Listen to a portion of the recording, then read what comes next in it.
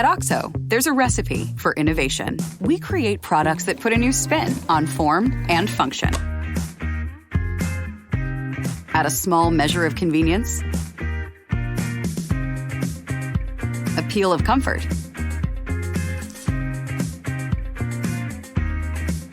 and just a pop of freshness. Because no matter what you're making, we want to make it better. OXO. Better. Guaranteed. From an undisclosed broadcasting location. This is a test. For the next 60 seconds, this station will conduct a test of the emergency broadcast system. America, here comes the relief from the pain. Unapologetically. This is Lock and Load with Bill Frady.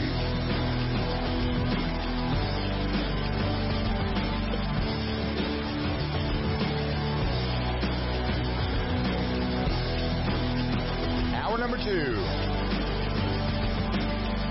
This is Lock and Load. Joining me now from the beautiful confines of no snow on the ground at the moment just yet, Detroit, Michigan, legally armed in Detroit, the director, that being Rick Ector. We didn't get to finish what we were doing yesterday. We had to... Man, look, let me tell you.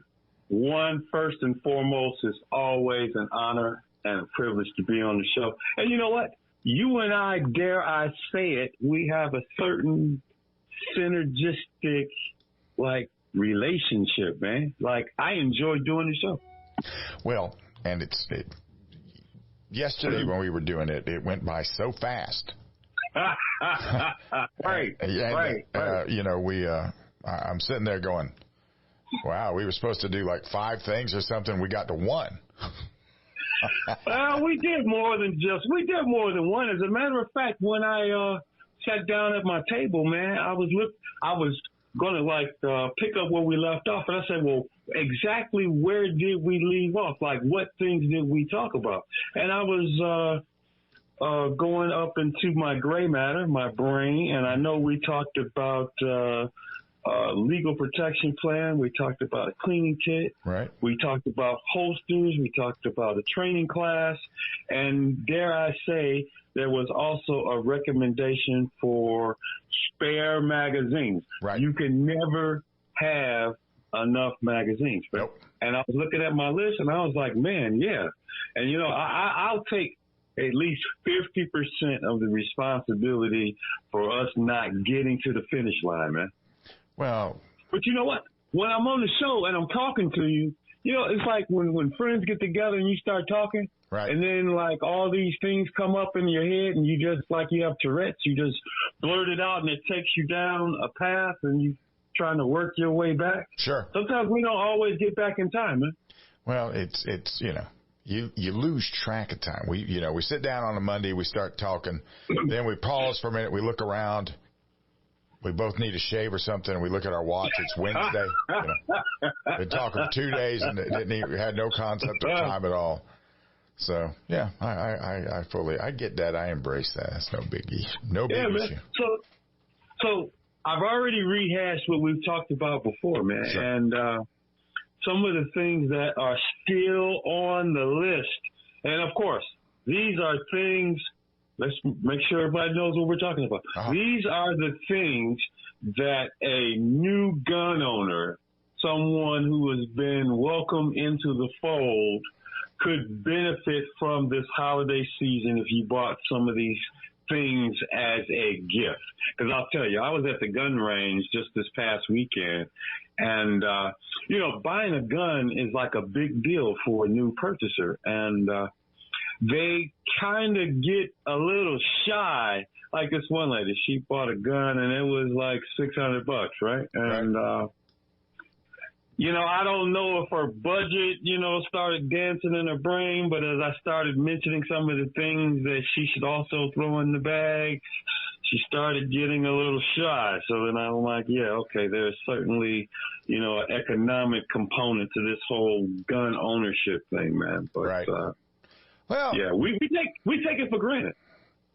I think it isn't so much that we take it for granted. We have the advantage of experience, right? Right. And so that gives us an advantage that they didn't have before.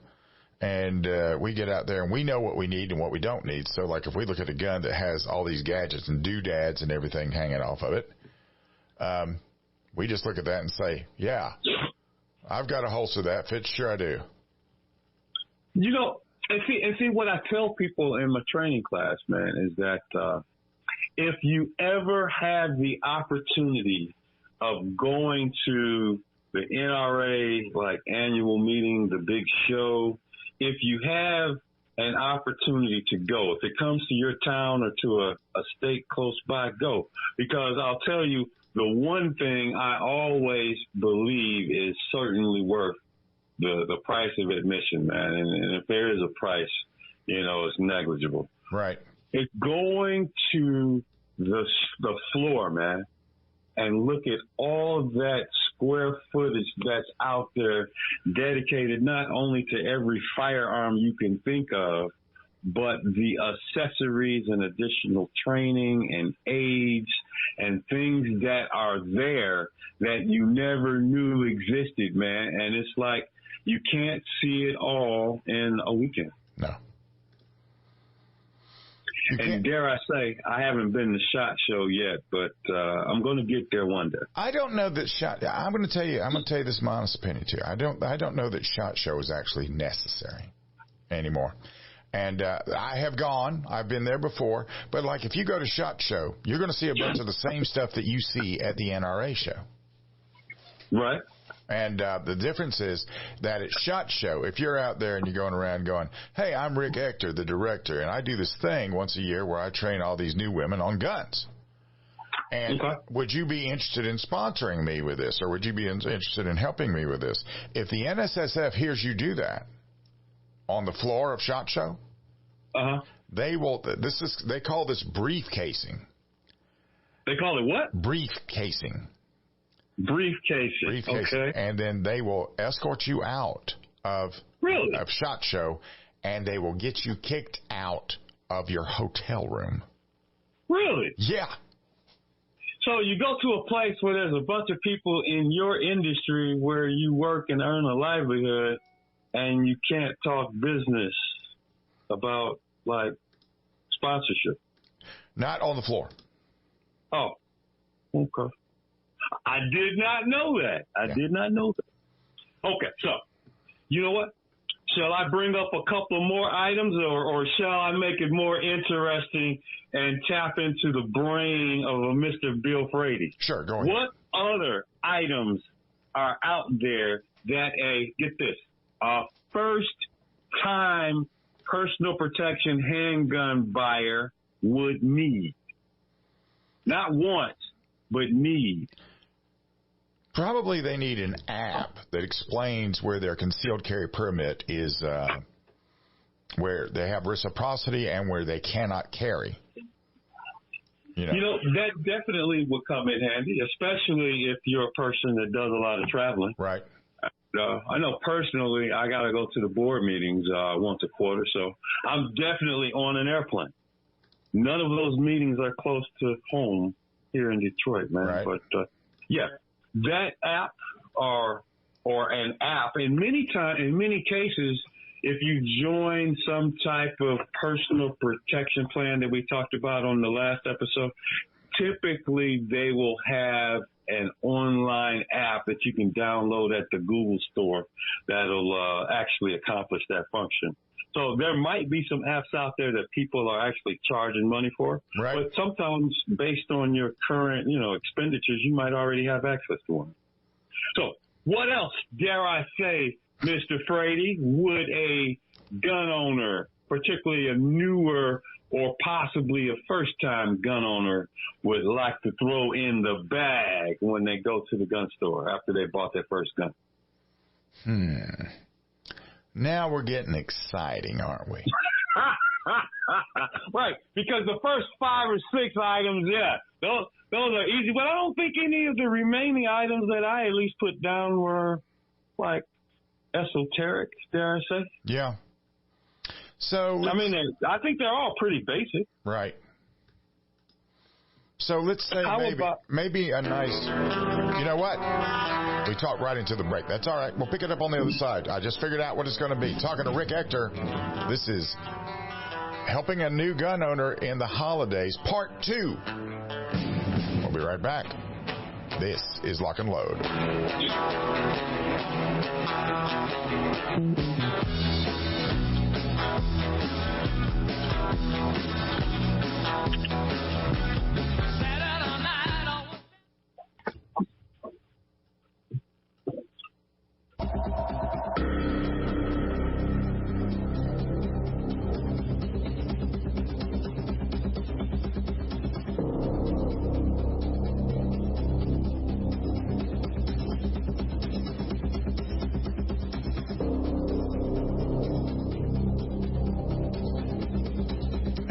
Welcome back. This is Lock and Load, and I am talking to Ector, the director, because, you know, that's where I have the most fun. Yes, sir. I think it has a certain ring to it, man. Director Ector. Hey, you know what? The other couple of items, you know what? I'm going to try to make it even simpler. They are, let's see, on the last time we talked about this, you did indeed mention spare magazines as an accessory. Right. But if we just focused on magazines right now, are there any additional items associated with magazines that you can think of? How about a loader? A magazine loader, yes. And you know what? I'm actually a little torn on this one. You know what? Right. I think as a rite of passage that a sufficiently trained, you're laughing already, trained gun owner, shooter should go through the growing pains of developing the manual dexterity to manually load their magazines. And have the fun things that come with it. I mean, you know, it takes some getting used to, man, because you know, I show off when I'm showing, you know, new shooters at the range, you know, their first range experience, and I'm showing them how to load it up. And then they're like, I can't get it. I'm like, yeah, you can. You just have to work at it. I only have them put, you know, just one or two in. And then I'll even put one in a cartridge in the magazine while I have the cartridge in the magazine behind my back. And I was like, look, it's easy. You can do it. You can do it. Just don't quit. Come on, do it. And, you know, after they get one or two in, I'll ease up, you know. But, yeah, a magazine loader, man, for sure. Yep. These devices aren't very expensive, but I really think the whole proposition is unnecessary with sufficient training. So, well, I mean, go ahead. Any other thing? So, a dry fire setup, you know, like a Mantis setup where you can dry fire at your house? Okay. You know what? Dry fire practice is definitely something that a new gun owner, a new shooter should do. You know, and I do know, man, you're on like, you're like past episode 300, right? I'm on episode 2804. Oh, I'm sorry, 2800. Okay. Episode 2800, right? Yeah. And if you have some long-time listeners, they're probably familiar with the Mantis training system. Very quickly, what is very unique about this Mantis training system? Well, the Mantis training system is a laser system that you stick in your gun, and it uses an accelerometer. So what it's looking for is it's looking for movement in your hands when you pull the trigger. And you have a prescribed, it has an app, so you have to connect it to your phone, and then you're aiming, and your phone sees where you're hitting with the laser on the target that comes with it, and it's measuring the accelerometer and how well your hits are working. So it gives you a figure on about how much your hands are moving and whether that's good or bad. And that can also lead to some other things that I really like understanding that you're, you know, the biggest problem with a handgun is you're shooting it with your hands.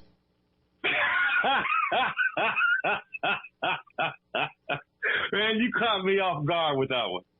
Well, I mean, the biggest problem with shooting with your hands is your hands. Your hands, isn't it? Okay. I mean, don't you see people like I just discovered after had the heart attack. Okay. Then I get back on the range, and there was something disconnected in my mind between my head and my trigger finger. So at that time, I had a sponsor called Agency Arms, and they made the Gucci Glocks. The Gucci Glocks. Gucci Glocks. I mean, these are really high.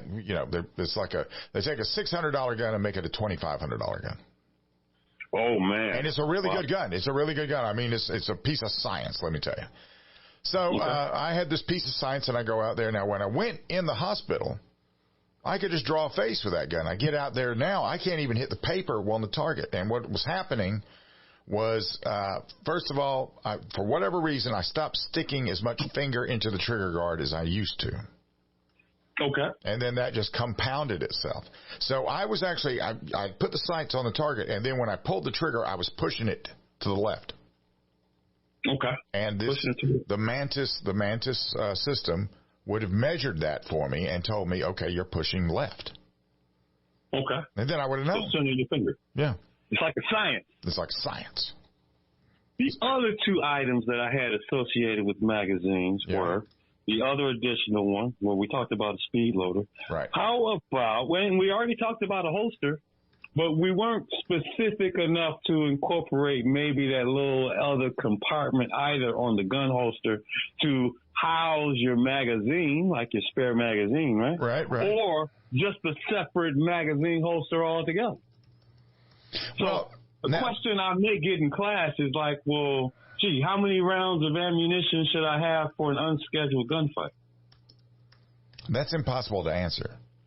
I know, but I'm going to ask you anyway. A minimum of 2 spares. Okay.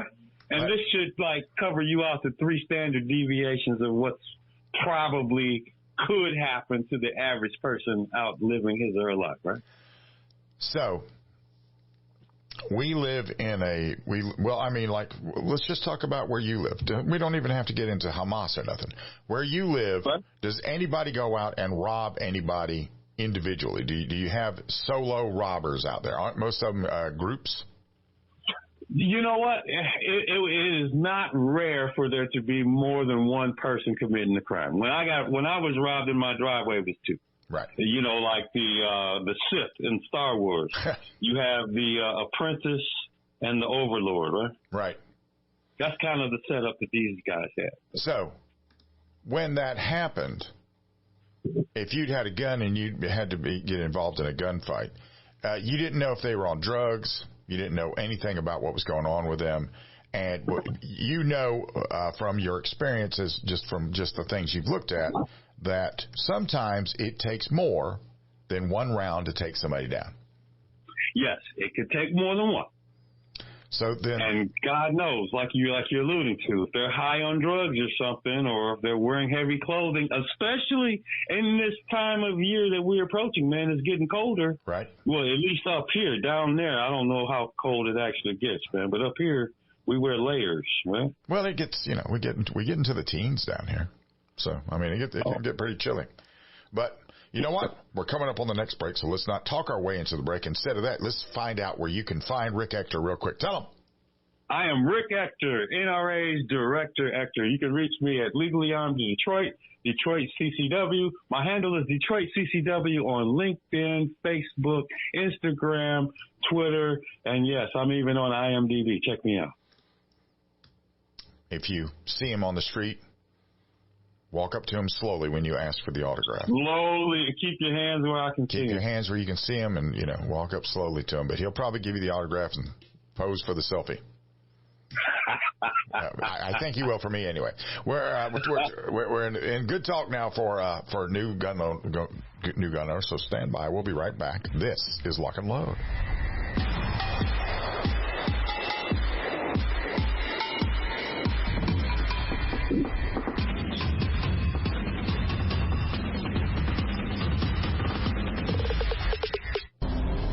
I've seen just about every corner of this country, 3 million miles in my career. I spend a lot of hours on the road, but I love being my own boss.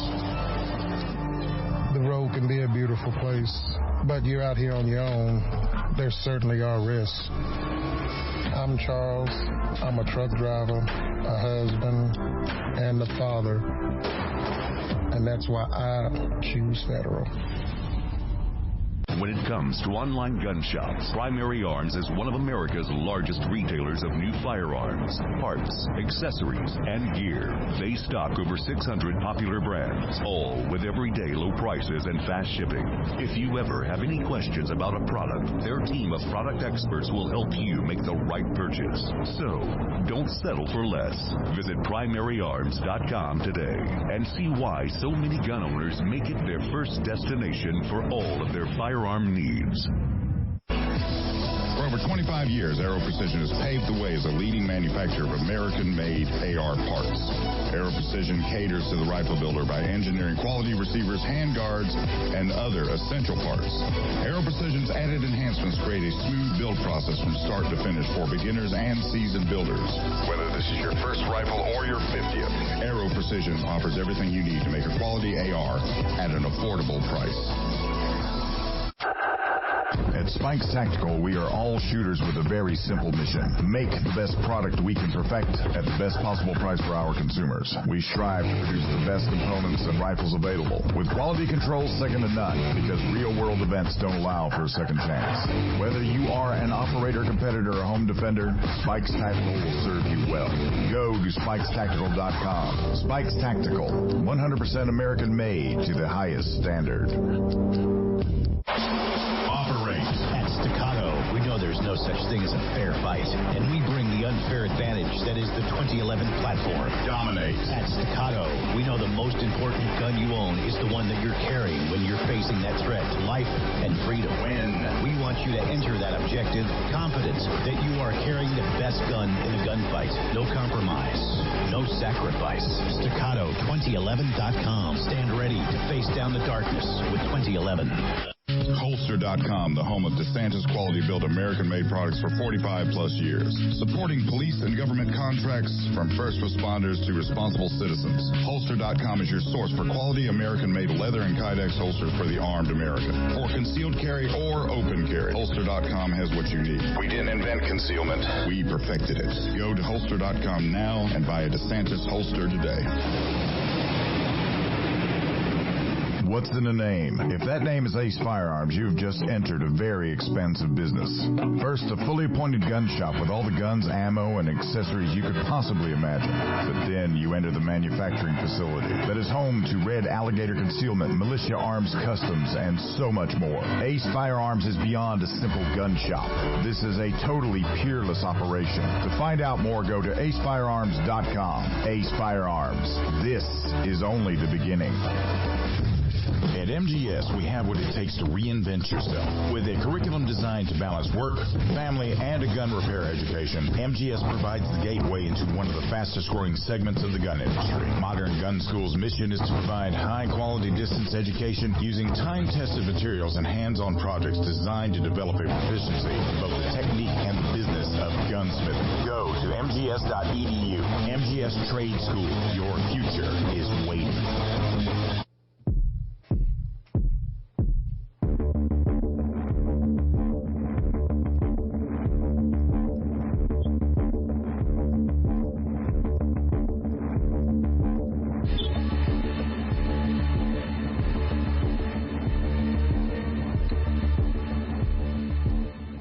And welcome back. This is Lock and Load, talking to Rick Ector. And you just got on a really good subject, though, about how much spare ammunition you have. Have you ever heard about that in Pittsburgh? I think his name is Garman, that Pittsburgh police officer who got in a gunfight, and they had to shoot the guy 19 times to kill him.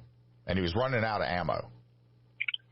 Man, that has got to be like my greatest fear. He carries 147 rounds on him now. Now, was this guy that he was engaged with, was he wearing any protective gear? No. Okay. No, he was just a felon. He pulled him over. He didn't know he was a felon. He pulled him over, and the only reason the guy died is because his last shot went into the top of his head. But he shot him 18 times prior to that with a Glock 21, a 45 ACP. 45, yeah. 21 times took it. Well, no, the model is a 21. He shot him 19 times with a Model 21. Man, let me tell you, that is the fear that I have, man. Am I walking around with enough ammo? And, I'm thinking, you never know. I have 17 rounds in the gun and one extra magazine that's holding another 15 rounds. So I hope that's enough. I hope. I carry, when I'm out carrying now, right? When I leave the house with a whole other mindset now since all of this stuff happened with Israel. Probably should have been doing it before that, but when I leave the house, I have what I call the oh no bag. And in the oh no bag, I have 5 magazines for a 300 blackout, and 2 more pistol magazines, a trauma kit, a blade, a flashlight, and a pair of knee pads. Speaking of which, thank you for reminding me. I need to renew my training with the American Red Cross, man. That's something that I think everyone should do, whether they carry a gun or not. Yeah, man. But yeah. That wasn't even on my list. That's an unadvertised bonus. There you go. Yeah. Take a training class with the Red Cross. I mean, I think they're de-emphasizing mouth-to-mouth, resuscitation, but, chest compression. The problem with that is that nobody knows how hard to blow. You can actually blow their lungs up. You can kill them. Really? Yeah. Chest compressions are okay. But, even with that, with chest compressions, you can hit, you really need to go take the class to figure out what that feels like, because if you're just imagine me giving you chest compressions. I need to understand that when I'm popping you in the chest right there on that chest plate, that there's issues. Now, imagine you wanting to give me chest compressions, because I'd have to say, Rick, don't do that to me, because you're definitely going to kill me. Please don't do that, because my chest's been split down the middle. So there's certain things you got to look for, and if you don't know how to do that, and you've only seen it on TV or stayed at a Holiday Inn Express or something, you don't need to be doing it. So to eliminate, operator error, they're thinking, okay, well, just do the chest compressions and monitor for breathing, right? Right. Okay. Right. So other items, let's talk about, hey, this is an easy gimme. Yeah. Why not have safety equipment, right? And there should be at least 2 items of safety equipment that you should use when you're shooting indoors or out. And you know what? Dare I say it, if you actually own a gun, you should have your own safety equipment. Now, when you talk about safety equipment, you talk about Ear Pro and Eye Pro?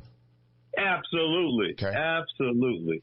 And, I was actually looking at a few suppliers of both.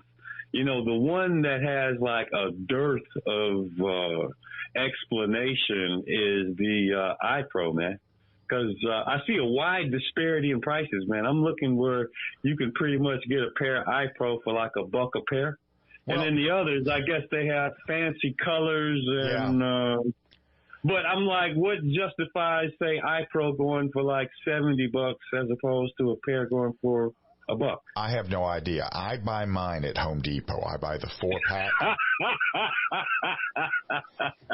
I think mine like $2 a set. And I buy the 4-pack, and these are impact resistant glasses for working on a construction site. Right. So as I'm looking through, I'm like, man, the prices are everywhere, and I'm looking for the unique product identifier or product characteristic that justifies it. And you know what? I just came to the snap decision that it's marketing, man. And you know what? I might just come out with a pair of laid safety glasses, man. Call them You heard it here first. You heard it here first. Just because I was doing my research for Lock and Load with you, Mr. Bill Frady. But let me tell you, the safety glasses for sure, man, is very important. Back in the day, we used to at least worry about lead particulate in the air when we were shooting indoors, but that's pretty much negligible with all the high air filtration systems they have now. But, it's to keep the brass from hitting you in the eye, Right. And we know with hot brass down the shirt, that's always hot. Have you ever taken a what do you call it, a ricochet? You ever been hit with a ricochet? A ricochet bullet? Yeah. No, I haven't, man, and I hope I never do. I've had one bounce back and hit me in the face. Did it leave a mark? Yeah. Well, okay, so I was firing at it straight on. So whatever came back at me, a metal target. It was on a metal target. I was at about 15 yards.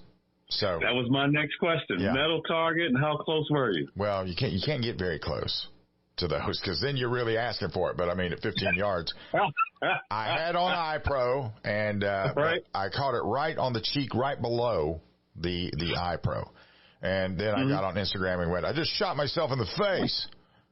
Yeah. Oh man.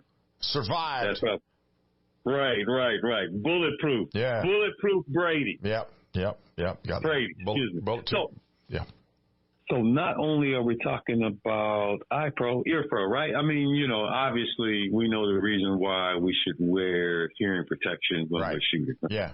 Well, I mean that's a no-brainer. I've got an uncle that was a former, I think, world champion silhouette shooter.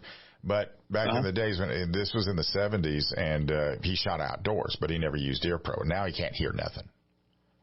I know. I have a friend that's in the same boat, man, and he actually has one of those hearing aids, man, and he can actually go shoot. What he does is he just turns the device all the way down, and that serves as his hearing protection. But I really think it's kind of sad that, he's got to have a hearing device. But, it is what it is, man. I tell people, no matter if you're indoors or out, put on that hearing protection for sure. Yep. So let me see. Looking at my list here, man, okay. I'm going to suggest that you should have a gun box. Let's say my gun box of choice is a metallic box with a lock on it. What applications would this be really cool? This is a lock box? Yeah, like a metallic lock box. Okay. Well, I mean, you probably need one of those when you travel, because you have to declare the gun, right? Absolutely. That is when I travel, when I get on an airplane, right? Flying with the gun. That's a whole episode in of itself. And I think we actually did an episode on that. Yeah. Check the Bill Frady archives, lock and load. Maybe you can do a search on flying with the gun. But yeah, man, it's very important. You want to make sure that you have like a hard-sided metallic case with a lock on it, and that you follow the appropriate protocols for flying with the gun. And you want to make sure you declare that with the ticket people, and not when you get in the line with TSA, man. You get in that TSA line with a gun, man, it's going to be some issues. So what else? Why else would we want a gun lockbox? Well, let's pick this up on the other side. Coming up on the last break, talking to Rick Ector. He is the director of, he's one of the directors of the NRA. He is also the head of Legally Armed in Detroit. We'll be right back. This is Lock and Load.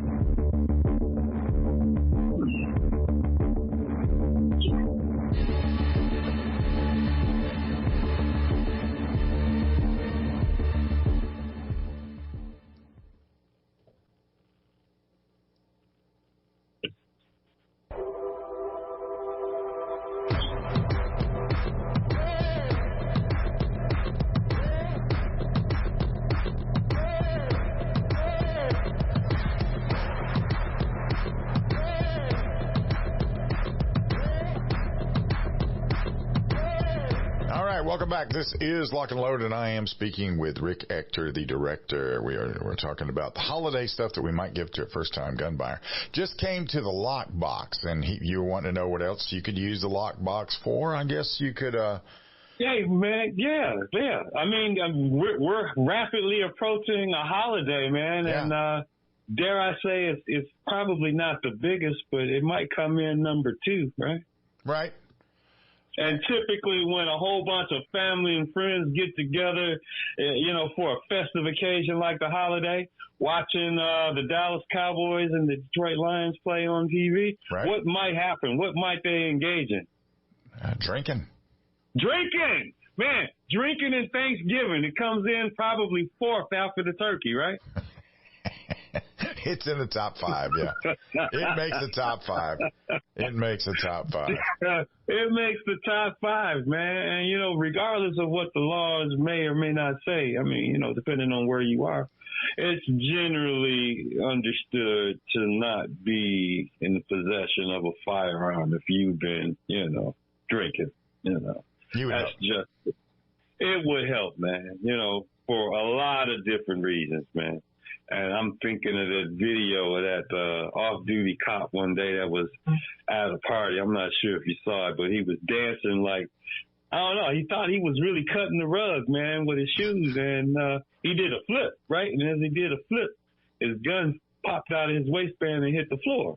And so obviously he had been drinking. So when he reached down in his drinking state, he had his finger on the trigger and discharged the gun as he was picking it up. And I believe one party goer actually got shot because of his carelessness. But, yeah, needless to say, drinking and carrying a gun probably, no, I'm not going to say probably, is not, a really wise thing to do. So no, if you're going to carry a gun, you got to make a choice. Yeah. It's all about making choices when you carry a gun. That is not one of those things where you can say to yourself, well, I'm in control. You can't do that. You cannot do it. So. And, when I mentioned this in my CPL concealed carry classes, and I mentioned that, it's kind of a downer for a few people in the class. And I tell them, hey, look, I have a couple of rules, man. Don't drink when you're carrying. Don't carry a gun where you can't stay. I mean, don't drink where you can't stay. I mean, if you need to stay over because you were, partaking, I mean, hey, then just leave your gun at home or properly secure it in your vehicle as if you didn't have a concealed pistol license. Right. But, of course, the third big reason why you probably should have some type of setup to secure your firearm is little hands. Little hands, yes. Curious those hands are. Now I'm speaking out of order like Yoda from Star Wars. But curious those hands are, yes, sir. Yeah, man, you got to secure those guns away from the kids. And you know what? A lockbox will do that. And you know what? I say, man, if you are a gun owner or if you know one of these brand new gun owners, that would be pretty high on my list. Let me tell you, it pays a lot of dividends, whether they're flying, they have kids, or they plan to imbibe in the closest holiday.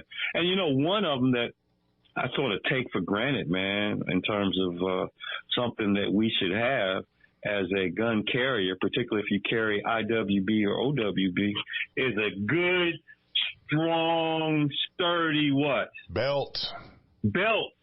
It's one of the things that we don't really talk about much, man. What kind of belt do you use?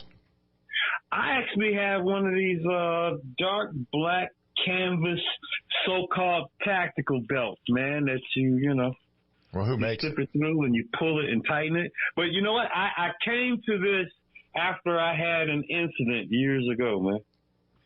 When you're carrying a lot of weight on a belt with a conventional buckle. Yeah. All that weight and you're stretching the leather and then it starts to warp and stretch and the holes get bigger. Right. Eventually, when those holes get too big, what might happen to your leather belt? It's been so long since I wore one, I couldn't tell you. What's going to happen to one of those when they fail? I had one snap on me, man. Really? I did. Wow. I did. Wow. It snapped on me, and you know what? I dropped a gun at the store, man. And it was, dare I say, interesting for the first couple of seconds. How do you casually drop a gun with everybody watching? You pick up a gun you just dropped in a retail location, right? I would be like, I'd pick it up and look around and go, don't you just hate it when that happens? Stick it back in. Stick it back in my doggone belt, cheap belt. Say, hey, let this be a lesson to you, kids. So I'll tell you this. In the aftermath of that incident, which was, a long time ago, I bought a canvas tactical belt, man. I haven't had any issues whatsoever. And I strongly recommend it. But, you know, the biggest drawback is, let's say, if you want to go play dress up, you know, put on a suit or something, you won't have a snazzy looking. You ought to go look at the core belts, the KORE belts, core. They got some dressy, They have fancy. dressy, fancy belts. They do. Leather-looking belts, but they're ratchet belts. They ratchet. You mean ratchet as in... Pop, pop, pop, pop, pop when you slide it through. Yeah. Oh, see, there's a colloquial usage of that term ratchet, man. I'm not talking about no females that you know out there. This is actually a mechanism type. It's type of fascinating mechanism. Right. But they make them both. They make them both tactical and dressy. And you know, there's another, and this next suggestion wouldn't be for someone that's like brand new to the gun ownership thing. But if you happen to know a gun owner who's actually engages in shooting like a lot, and one thing that we worry about as shooters and practicing, you know, first and foremost, we should be practicing fairly often, shooting a lot of ammo. What's the recommended shooting interval you would recommend for practice? Just to be, you know, fluent with your shooting and accurate, you know. What would you suggest? I would think that it would be advantageous to go to wherever you buy your ammo at, buy 200 rounds, 4 boxes, and then make yourself go to the range. And I know that costs money in some cases. Make yourself go to the range either twice that month or 4 times a month. You know, take one box of ammo. The idea is you're going to have a nice little cache of ammo. Right. Well, you're taking a box of ammo with you at a time, 50 rounds at a time. Get the cheapest range ammo you can find and go out there and shoot it and get used to the stuff and everything. And, you know, look at your target, scrutinize that. And, you know, there's lots of guys. I mean, how many rounds do the people shoot with you when you're familiarizing them with a gun when you do your big event? Like 5? No, we actually shoot 20. 20, okay. The familiarization with the ladies, you know, 1,500, 1,600. Yeah. Yeah, 20 rounds each. Yeah, I know it's a lot of ammo. It's a lot of ammo, but if they can get familiar with it in 20, once they start going there and shooting 50 at a shot, I would think that'd be decent practice to begin with. You would hope. You would hope. So let's say you're like feeling the pinch of shooting and you want to find a way to maybe significantly reduce your price of ammo. What new hobby could you start in the upcoming new year that requires equipment and gear that you would be blessed with a Christmas present? Yeah, that would be a reloading setup. Oh man! But I mean, you better have some room. You're gonna need brass and primers and bullets. Right. Bullets. You're gonna need powder. Right. You're gonna need a book to tell you what to, you know, like each powder's a different charge, and you gotta be your press has got to be able to measure that powder out because you don't want to overcharge the round. You're gonna blow your gun up and your hand, and then you'd be sitting there going, "This wasn't a good Christmas present for me." So anyway, well, I mean, like, it's a hobby, it's a lifestyle. It is. It's a way of being, and you know what? I'm actually credentialed to teach the class, and well, then we'll have to talk about that next time because we have run out of time. Where does the time go, sir?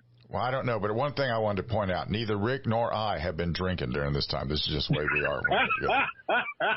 Maybe next year. Maybe next year. Maybe next week, who knows? Or maybe 2 weeks from now when Rick comes back. Thank you for taking the time to join me today, sir. Hey, man, thanks for having me. I appreciate you. Rick Ector, Director Ector. Come check me out in a couple of weeks. I'll be back. Roger that. Hour number 3 is inbound. This is Lock and Load.